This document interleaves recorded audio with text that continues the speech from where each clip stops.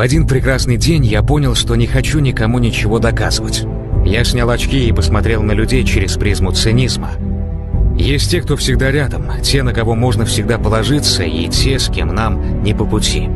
И любят меня или ненавидят – дело каждого. Главное, что я знаю, ради кого я куплю билеты даже в ад. А кому даже в рай не поднимусь.